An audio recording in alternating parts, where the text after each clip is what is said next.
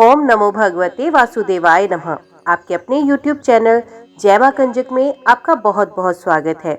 श्रीमद् भागवत पुराण की कथाओं को आगे बढ़ाते हुए आज की कथा का आरंभ हम भगवान का गर्भ प्रवेश और देवताओं द्वारा गर्भ स्तुति अध्याय से करेंगे।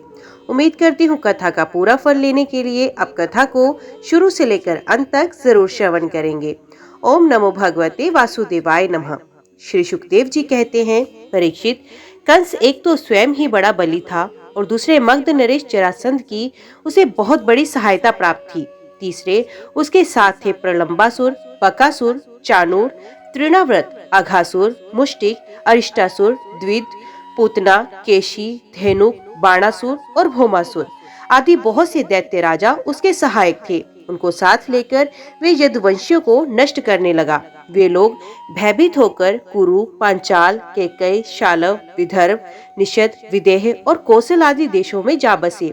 कुछ लोग ऊपर ऊपर से उसके मन के अनुसार काम करते हुए उसकी सेवा में लग रहे। जब कंस ने एक एक करके देवकी के 6 बालक मार डाले, तब देवकी के साथ में गर्भ में भगवान के अंश स्वरूप श्री शेष जी, जिन्हें अनंत कहते हैं, पधारे। अनंत स्वरूप शेष जी के गर्भ में आने के कारण देवकी को स्वाभाविक ही हर्ष हुआ, परंतु कंस शायद इसे भी मार डाले, इस भय से उनका शोक भी बढ़ गया। विश्वात्मा भगवान ने देखा कि मुझे ही अपना स्वामी और सर्वस्व मानने वाला यदुवंशी कंस के द्वारा बहुत ही सताए जा रहे हैं। तब उन्होंने अपनी योग माया को ये आदेश दिया, देवी कल्याणी, तुम ब्रज में जाओ। ये प्रदेश ग्वालों और गौं से सुशोभित है। वहाँ नंद बाबा के गोकुल में वसुदेव की पत्नी रोहिणी निवास करती है। उसकी और भी पत्नियां कंस से डरकर गुप्त स्थानों में रह रही हैं। इस समय मेरा वे अंश, जिसे शेष कहते हैं, देवकी के उदर में गर्भ रूप से स्थित है। उसे वहां से निकालकर तुम रोहिणी के पेट में रख दो। कल्याणी, अब मैं अपने समस्त ज्ञान, बल आदि अंशों के साथ देवकी का पुत्र बनूंगा और तुम नंद बाबा की पत्नी यशोदा के गर्भ से जन्म लेना। तुम लोगों को मुंह मांगे वरदान देने में समर्थ होगी। मनुष्य तुम्हें अपनी समस्त अभिलाषाओं को पूर्ण करने वाली जानकर धूप, दीप, नैवेद्य एवं अन्य प्रकार की सामग्रियों से तुम्हारी पूजा करेंगे। पृथ्वी में लोग तुम्हारे लिए बहुत से स्थान बनाएंगे और दुर्गा, भद्रकाली, विजया, वैष्णवी, कुमुदा, चंडिका, कृष्णा, माधवी, कन्या, माया, नारायणी, ईशानी, शारदा और अंबिका आदि बहुत से नामों से पुकारेंगे। देवकी के गर्भ से खींचे जाने के कारण शेष जी को लोग संसार में संकर्षण कहेंगे, लोकरंजन करने के कारण राम कहेंगे और बलवानों में श्रेष्ठ होने के कारण बलभद्र भी कहेंगे। जब भगवान ने इस प्रकार आदेश दिया, तब योग माया ने जो आज्ञा ऐसा कहकर उनकी बात शिरोधार्य की और उनकी परिक्रमा करके वे पृथ्वी लोक में चली आई तथा भगवान ने जैसा कहा था वैसा ही किया। जब योग माया ने देवकी का गर्भ ले जाकर रोहिणी के उदर में रखा, तब पूर्ववासी बड़े दुख के साथ आपस में कहने लगे, हाय, बेचारी देवकी का ये गर्भ तो नष्ट ही हो गया। भगवान भक्तों को अभय करने वाले हैं, वे सर्वत्र सब रूप में हैं, उन्हें कहीं आना जाना नहीं है। इसलिए वे वसुदेव जी के मन में अपनी समस्त कलाओं के साथ प्रकट हो गए। उसमें विद्यमान रहने पर भी अपने को अव्यक्त से व्यक्त कर दिया। भगवान की ज्योति को धारण करने के कारण वसुदेव सूर्य के समान तेजस्वी हो गए। उन्हें देखकर लोगों की आंखें चौंधिया जाती। कोई भी अपने बल, वाणी, प्रभाव से उन्हें दबा नहीं सकता था।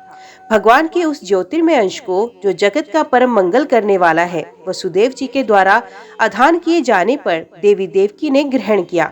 जैसे पूर्व दिशा चंद्र देव को धारण करती है, वैसे ही शुद्ध सत्व से संपन्न देवी देवकी ने विशुद्ध मन से सर्वात्मा एवं आत्म स्वरूप भगवान को धारण किया। भगवान सारे जगत के निवास स्थान है।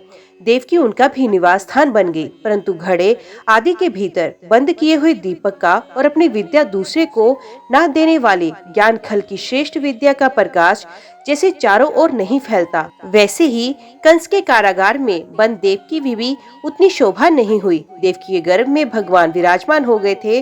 उसके मुख पर पवित्र मुस्कान थी और उसके शरीर की कांति से बंदी ग्रह जगमगाने लगा था। जब कंस ने उसे देखा, तो मन ही मन कहने लगा, अब की बार मेरे प्राणों के ग्राहक विष्णु ने इसके गर्भ में अवश्य ही प्रवेश किया है, क्योंकि इससे पहले देवकी कभी ऐसी नहीं थी। अब इस विषय में शीघ्र से शीघ्र मुझे क्या करना चाहिए?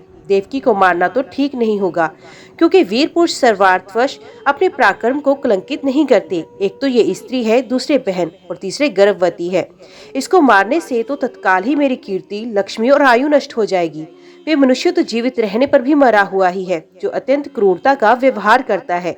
उसकी मृत्यु के बाद लोग उसे गाली देते हैं। इतना ही नहीं, वे देवाभिमानियों के योग्य घोर नरक में भी अवश्य जाता है। यद्यपि कंस देवकी को मार सकता था, किंतु स्वयं ही वे इस अत्यंत क्रूरता के विचार से निर्वृत्त हो गया। अब भगवान के प्रति दृढ़ वैर का भाव मन में गांठकर उनके जन्म की प्रतीक्षा करने लगा। वे उठते बैठते, खाते पीते, सोते जागते और चलते फिरते सर्वदा ही श्री कृष्ण के चिंतन में लगा रहता।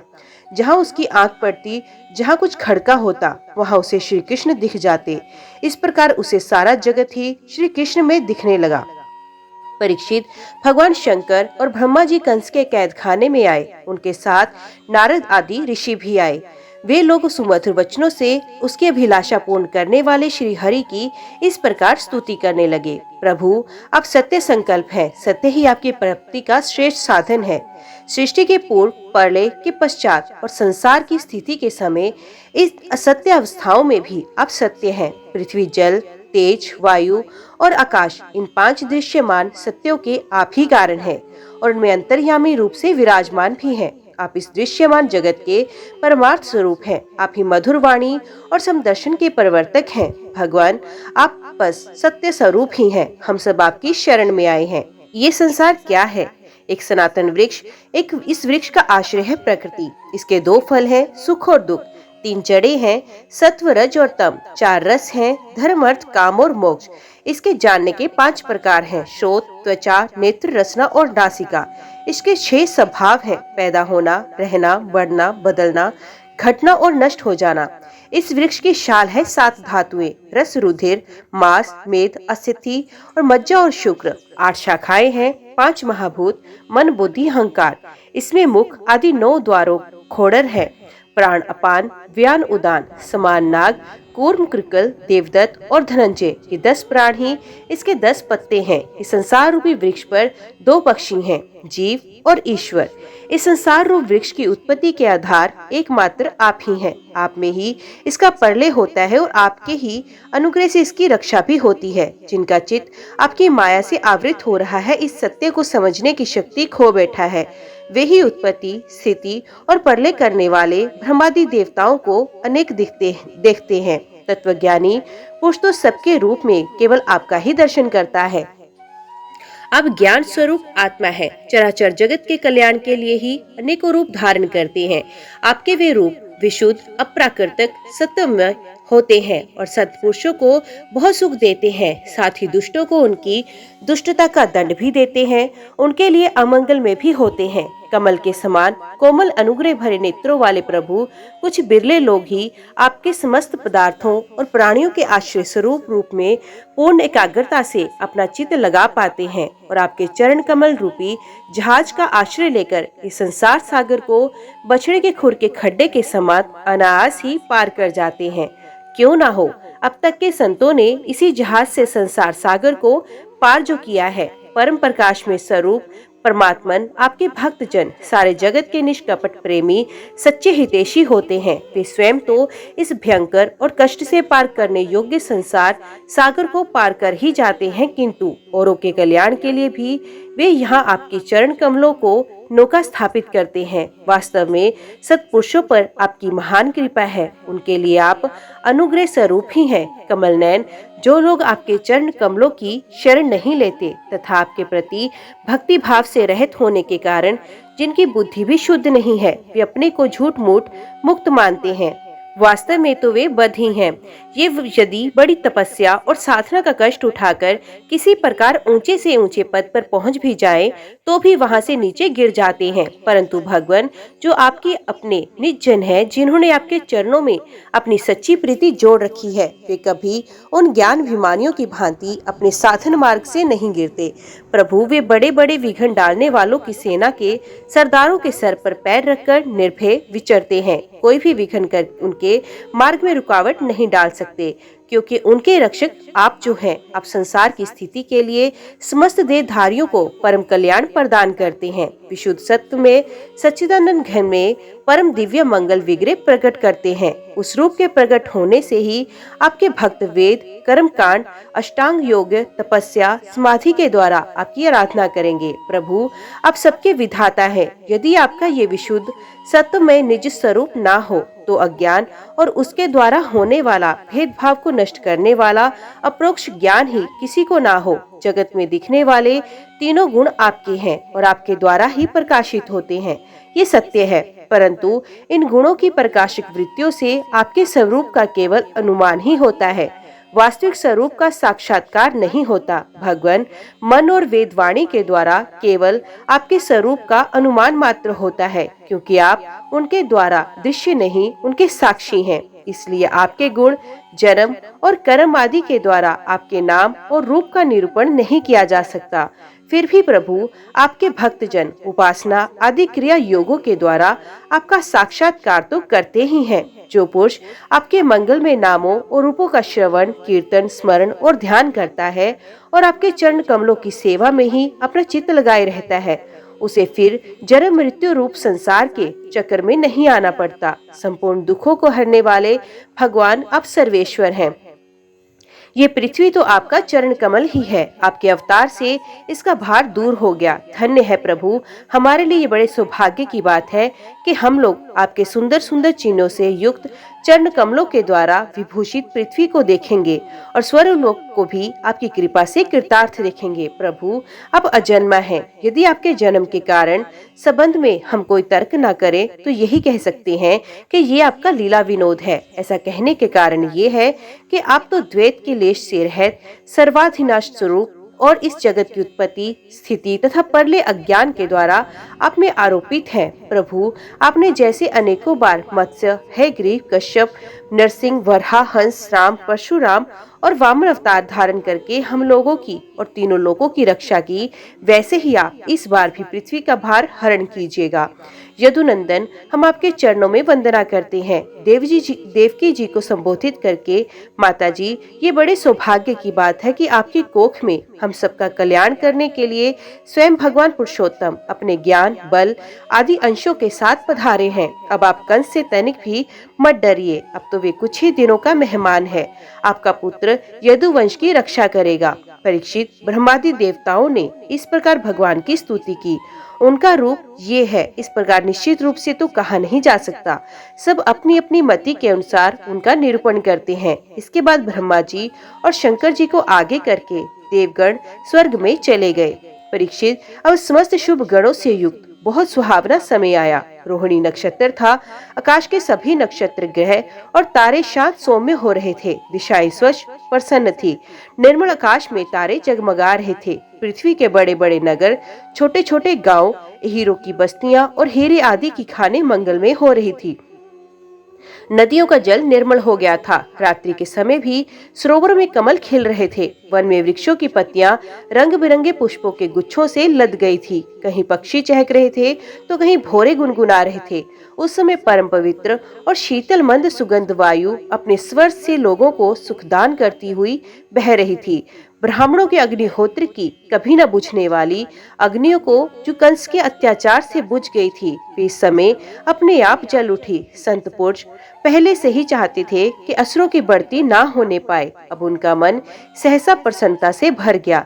जिस समय भगवान के आविर्भाव का अवसर आया, स्वर्ग देवताओं की दुधंबियां अपने आप बज उठी। किन्नर और गंधर्व मधुर स्वर में गाने लगे तथा सिद्ध और चारण भगवान के मंगलमय गुणों की स्तुति करने लगे। विद्याधरणी अप्सराओं के साथ नाचने लगे। बड़े बड़े देवता और ऋषि मुनि आनंद से भरकर पुष्पों की वर्षा करने लगे। जल से भरे हुए बादल समुद्र के पास जाकर धीरे धीरे गरजने लगे। जन्म मृत्यु के चक्कर से छुड़ाने वाले जनार्दन के अवतार का समय था निशीथ। चारों ओर अंधकार का साम्राज्य था। उसी समय सबके हृदय में विराजमान भगवान विष्णु देवरूपिणी देवकी के गर्भ से प्रकट हुए। जैसे पूर्व दिशा में 16 कलाओं से पूर्ण चंद्रमा का उदय हो गया हो। वसुदेव जी ने देखा, उनके सामने एक अद्भुत बालक है। उसके नेत्र कमल के समान कोमल और विशाल हैं। 4 सुंदर हाथों में शंख, गदा, चक्र और कमल लिए हुए हैं। वक्षस्थल पर शिरवत्स का चिन्ह अत्यंत सुंदर स्वर्णमयी रेखा है। गले में कौस्तुभ मणि झिलमिला रही है। वर्षाकालीन मेघ के समान परम सुंदर श्यामल शरीर पर मनोहर पीतांबर फहरा रहा है। बहुमूल्य वेदूर मणि के किरीट और कुंडल की कांति से सुंदर सुंदर घुंघराले बाल सूर्य की किरणों के समान चमक रहे हैं। कमर में चमचमाती करधनी की लड़ियां लटक रही हैं। बाहों में बाजूबंद और कलाइयों में कंकण शोभायमान है। इन सब आभूषणों से सुशोभित बालक के अंग अंग से अनोखी छटा छिटक रही है। जब वासुदेव जी ने देखा कि मेरे पुत्र के रूप में स्वयं भगवान ही आए हैं, तब पहले तो उन्हें असीम आश्चर्य हुआ, फिर आनंद से उनकी आंखें खिल गई। उनका रोम रोम परमानंद में मगन हो गया। श्री कृष्ण जन्मोत्सव मनाने की उतावली में उन्होंने उसी समय ब्राह्मणों के लिए 10,000 गायों का संकल्प कर दिया। परीक्षित भगवान श्री कृष्ण अपनी अंगकांति से सूतिका गृह को जगमगा कर रहे थे। जब वसुदेव जी को ये निश्चय हो गया कि ये तो परम पुरुष परमात्मा ही हैं, तब भगवान का प्रभाव जान लेने से उनका सारा भय जाता रहा। अपनी बुद्धि स्थिर करके उन्होंने भगवान के चरणों में अपना सर झुका दिया और फिर हाथ जोड़कर वे उनकी स्तुति करने लगे। वसुदेव जी ने कहा, मैं समझ गया कि आप प्रकृति से अतीत साक्षात पुरुषोत्तम है। आपका स्वरूप है केवल अनुभव और केवल आनंद। आप स्वस्थ बुद्धियों के एकमात्र साक्षी हैं। आप ही सर्ग के आदि में अपनी प्रकृति से इस त्रिगुण में जगत की सृष्टि करते हैं। फिर उसमें प्रविष्ट ना होने पर भी आप प्रविष्ट के समान जान पड़ते हैं। जैसे जब तक महत्व आदि कारण तत्व पृथक पृथक रहते हैं, तब तक उनकी शक्ति भी पृथक होती है। जब वे इंद्रियादि 16 विकारों के साथ मिलते हैं, तभी इस ब्रह्मांड की रचना करते हैं और इसे उत्पन्न करके इसी में अनुप्रविष्ट से जान पड़ते हैं। परंतु सच्ची बात तो ये है कि वे किसी भी पदार्थ में प्रवेश नहीं करते। ऐसा होने के कारण ये है कि उनसे बनी हुई जो भी वस्तु है, उनमें पहले से ही विद्यमान रहते हैं। ठीक वैसे ही बुद्धि के द्वारा केवल गुणों के लक्षणों का ही अनुमान किया जाता है और इंद्रियों के द्वारा केवल गुण में विषयों का ही ग्रहण होता है। यद्यपि आप उनमें रहते हैं, फिर भी उन गुणों के ग्रहण से आपका ग्रहण नहीं होता। इसका कारण ये है कि आप सब कुछ हैं, सबके अंतर्यामी और परमार्थ सत्य आत्म स्वरूप हैं। गुणों का आवरण आपको ढक नहीं सकता, इसलिए आप में न बाहर न भीतर, फिर आप किसमें प्रवेश करेंगे? जो अपने इंद्रिय गुणों को अपने से पृथक मानकर सत्य समझता है, वह अज्ञानी है, क्योंकि विचार करने पर ये देह गेह आदि पदार्थ वाग विलास के सिवा और कुछ नहीं सिद्ध होते। विचार के द्वारा जिस वस्तु का अस्तित्व सिद्ध नहीं होता, बल्कि जो बाधित हो जाती है, उसको सत्य मानने वाला पुरुष बुद्धिमान कैसे हो सकता है? प्रभु कहते हैं कि आप स्वयं समस्त क्रियाओं, गुणों और विकारों से रहित हैं, फिर भी इस जगत की सृष्टि, स्थिति और परलय आपसे ही होते हैं। ये बात परम ऐश्वर्यशाली पर ब्रह्म परमात्मा आपके लिए असंगत नहीं है, क्योंकि तीनों गुणों के आश्रय आप ही हैं। इसलिए उन गुणों के कार्य आदि का आप में ही आरोप किया जाता है। आप ही तीनों लोकों की रक्षा करने के लिए अपनी माया से सत्व में शुक्ल वर्ण धारण करते हैं। उत्पत्ति के लिए रज प्रधान रक्तवर्णी और परलय के समय तपोगुण प्रधान कृष्ण वर्ण स्वीकार करते हैं। प्रभु आप सर्वशक्तिमान सबके स्वामी हैं। इस संसार की रक्षा के लिए ही आपने मेरे घर अवतार लिया है। आजकल कोटि कोटि असुर सेनापतियों ने राजा का नाम धारण कर रखा है और अपने अधीन बड़ी बड़ी सेनाएं कर रखी हैं। आप उन सब का संहार करेंगे। देवताओं के भी आराध्य देव प्रभु, ये कंस बड़ा दुष्ट है। इसे जब मालूम हुआ कि आपका अवतार हमारे घर में होने वाला है, तब उसने आपके भय से आपके भाइयों को मार डाला। अभी उसके दूत आपके अवतार का समाचार उसे सुनाएंगे और वे अभी अभी हाथ में शस्त्र लेकर दौड़ आएगा। परीक्षित, इधर देवकी ने देखा कि मेरे पुत्र में तो पुरुषोत्तम भगवान के सभी लक्षण मौजूद हैं। पहले तो उन्हें कंस से कुछ भय मालूम हुआ, परंतु फिर वे बड़े पवित्र भाव से मुस्कुराती हुई स्तुति करने लगी। माता देवकी ने कहा, प्रभु वेदों ने आपके जिस रूप को अव्यक्त और सबका कारण बतलाया है, जो ब्रह्म ज्योति स्वरूप समस्त गुणों से रहित और विकारहीन है, जिसे विशेषण रहित, अनविर्चनीय, निष्क्रिय एवं केवल विशुद्ध सत्ता के रूप में कहा गया है, वही बुद्धि आदि के प्रकाशक विष्णु आप स्वयं है। जिस समय ब्रह्मा की पूरी आयु 2 प्रार्थ समाप्त हो जाते हैं, काल शक्ति के प्रभाव से सारे लोग नष्ट हो जाते हैं। पंच महाभूत अहंकार में, अहंकार महतत्व में, महतत्व प्रकृति में लीन हो जाता है। उस समय एकमात्र आप ही शेष रह जाते हैं। इसी से आपका नाम शेष भी है। प्रकृति के एकमात्र सहायक प्रभु निमेष से लेकर वर्ष पर्यंत अनेक विभागों में विभक्त जो काल है, जिसकी चेष्टा से ये संपूर्ण विश्व सचेष्ट हो रहा है और जिसकी कोई सीमा नहीं, ये आपकी लीला मात्र है। आप सर्वशक्तिमान परम कल्याण के आश्रय हैं। मैं आपकी शरण लेती हूँ प्रभु। ये जीव मृत्युग्रस्त हो रहा है।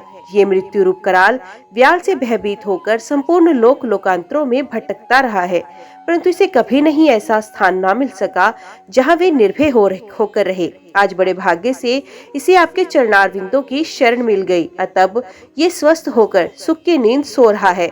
औरों की तो बात ही क्या, स्वयं मृत्यु भी इसे भयभीत होकर भाग गई है। प्रभु आप है भक्त भयहारी और हम लोग इस दुष्ट कंस से बहुत ही भयभीत हैं। अतः आप हमारी रक्षा कीजिए।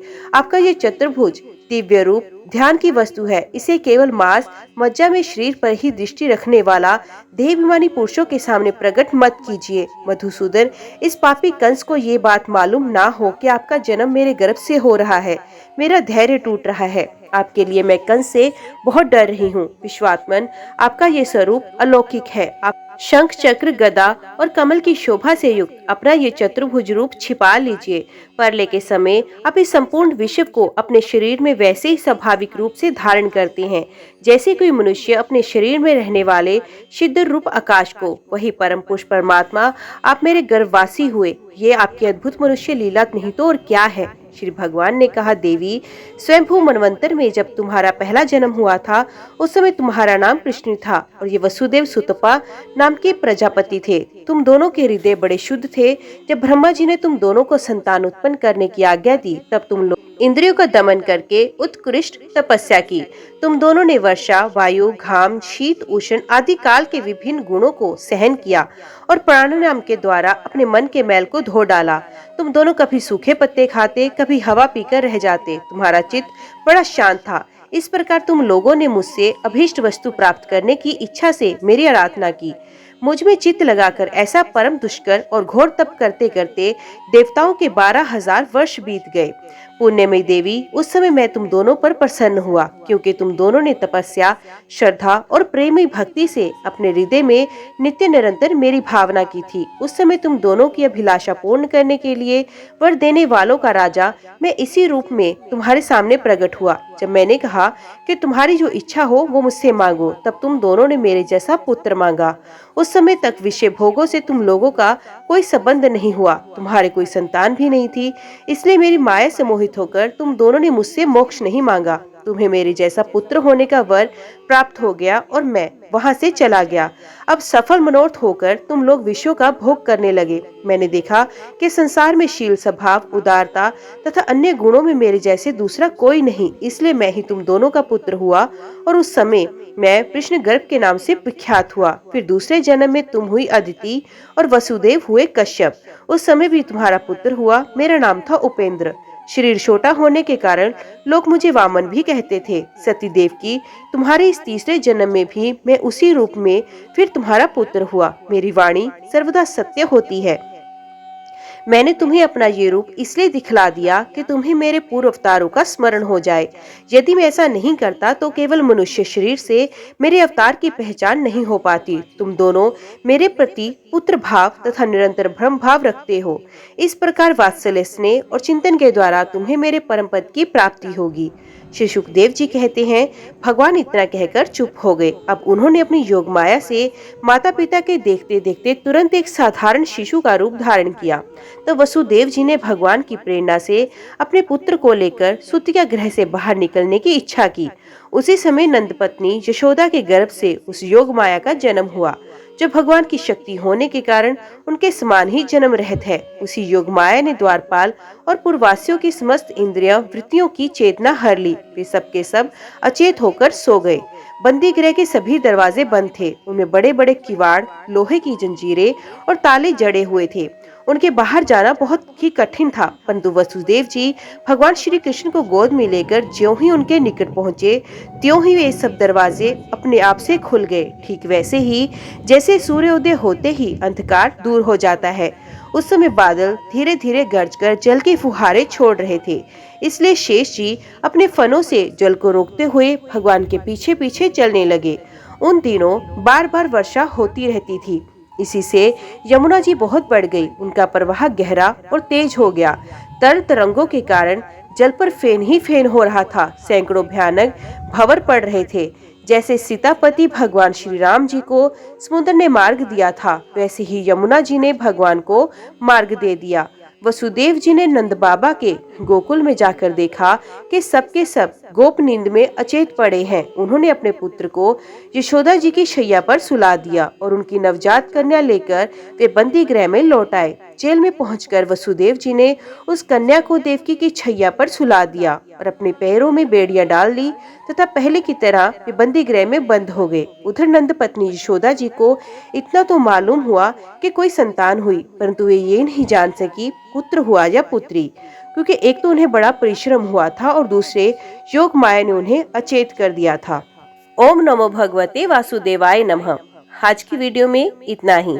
उम्मीद करती हूँ वीडियो आपको पसंद आई होगी। वीडियो पसंद आई हो तो वीडियो को लाइक और चैनल को सब्सक्राइब जरूर कीजिएगा। जय श्री हरि लिखकर कमेंट बॉक्स में अपनी हाजिरी और अपने सुझाव देना ना भूलिएगा। तो मिलती है अगले अध्याय के साथ। तब तक के लिए देखते व सुनते रहिए। जय मां कंजक, जय माता दी।